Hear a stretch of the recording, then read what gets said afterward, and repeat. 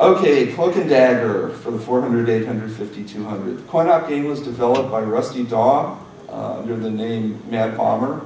20 prototypes of the coin-op machine were built with the name Agent X and were seeded to arcades. The Cloak and Dagger game that was actually released, I believe, was identical or almost identical. The only change really was in the title screen. It was changed to Cloak and Dagger. The graphics were done by Rusty's wife at the time, Diane, who was an amazing artist and costume designer. She actually made my wife Jerry's wedding dress in 1983. It turns out they worked at the same company, and then I, in a reorg, moved to the Atari Games division with Rusty. While the game was under development, a secret agent movie was under development with Dabney Coleman and Henry Thomas, and the plot involved top secret plans that a secret agent and a kid were trying to recover. And I believe originally it was supposed to be Donkey Kong, a Donkey Kong cartridge in the movie, but someone apparently on one side heard about the other and figured this is a really good marriage. So the game was renamed Cloak and Dagger. There's actually, if you watch the movie, there's a remark in there where the secret agent says that he was once known as Agent X, which was the coin-op game prototype name. They made prop cardboard boxes of 5200 Cloak and Dagger. They made prop 5200 cartridges with a label on them. Anyone ever sees one of those, please let me know. I want it. I have a lot of memorabilia, and that's one thing, those movie props, I have never been able to find. The actual screens in the movie were the arcade game, and actually it was being played by Rusty Daw off screen.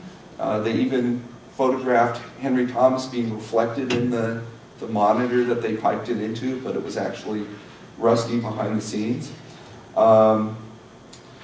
And everything in there, in the movie, was the arcade game with the exception of the secret plans at the very end. That was entirely Hollywood movie magic.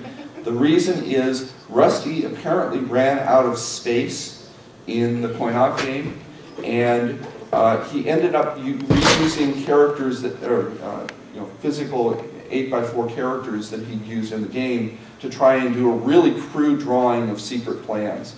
So if you get all the way through the coin-op game, as I have, you'll see this very, very crudely drawn picture that looks absolutely nothing like the 3D rotating thing in the movie.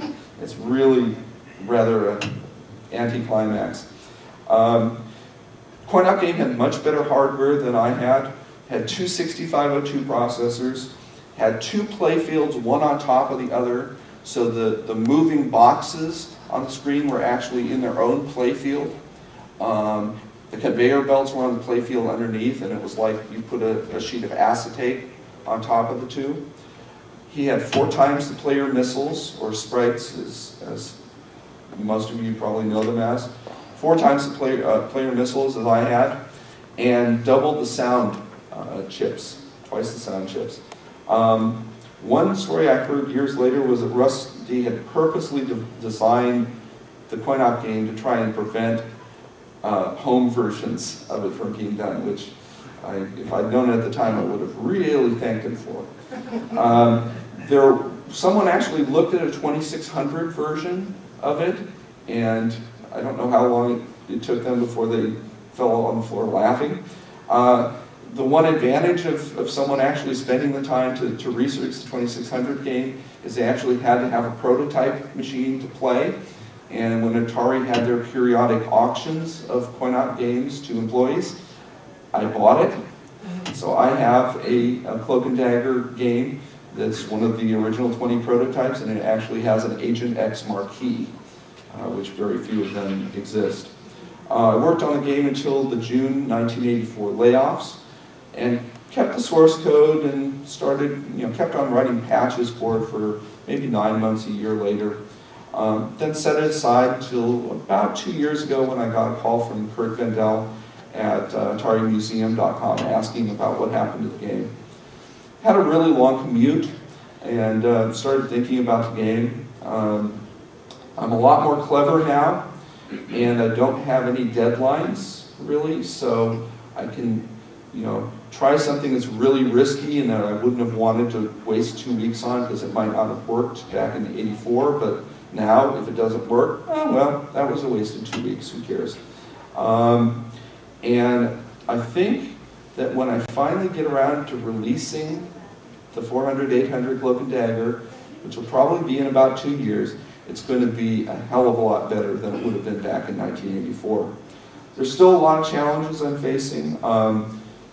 The display list interrupt timing, if you know what those are, in most of the Atari 8-bit emulators, appears to be wrong from everything I've read and from what I know about them. The one emulator I found that actually seems to behave correctly is called Transformer 2000 for Windows. That's great, except it's no longer supported and it doesn't have a debugger. But all the other ones actually seem to have horrible timing, and I actually, in order to reposition the guards, which are player missiles, and also the shots, I have to actually have a 160-line display list interrupt. So anything that's off in the timing is just horrendous for me. So I need to verify that I am understanding things correctly, I've read things correctly on a real Atari 800, and then I'm going to start emailing some of these emulator maintainers and tell them what they're doing wrong. Finally, I wondered how to end this, and originally I was thinking, oh, the Star Raiders motion simulator would be a great thing to end it on. Then it was like, well, Cloak and Dagger is the biggest thing, let's end it on that. Didn't really know what I was going to end it on until yesterday morning. I bumped into John Hardy, who's one of the organizers of CGE, and he told me something that kind of made a really great ending. One of my personal holy grails, one of the things that I'm like, I wish someone could find this, was Sinistar for the 400-800. I shared an office with Jeff Milhorn, who was the guy who was developing it, and it was beautiful. If you love the arcade game, you would have loved the 400-800 game. It was basically complete. I believe it played pretty well. I don't have a whole lot of memories of playing it.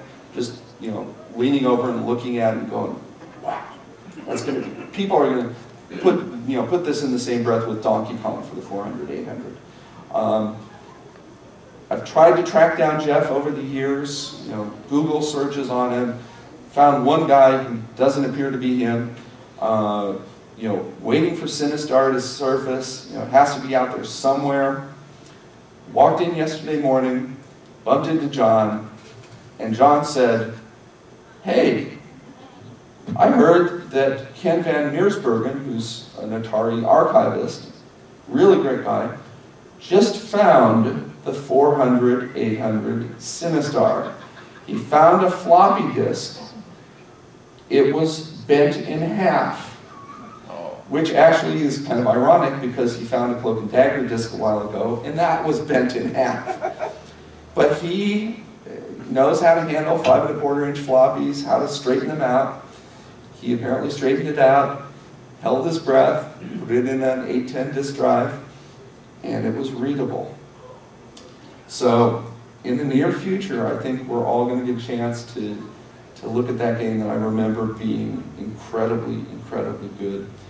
And if you want some more information or screenshots of it, go to AtariProtos.com. Because actually there's a thing that was put up there, a screen that was put up there with screenshots and everything just a couple of days ago. That's all the remarks I've prepared. Happy to answer any questions you have. Anybody have any questions for Dave? Do that, I'm gonna, whoops, hello. Put up the screenshots. And these pictures here are very nice. All right, thanks a lot, guys.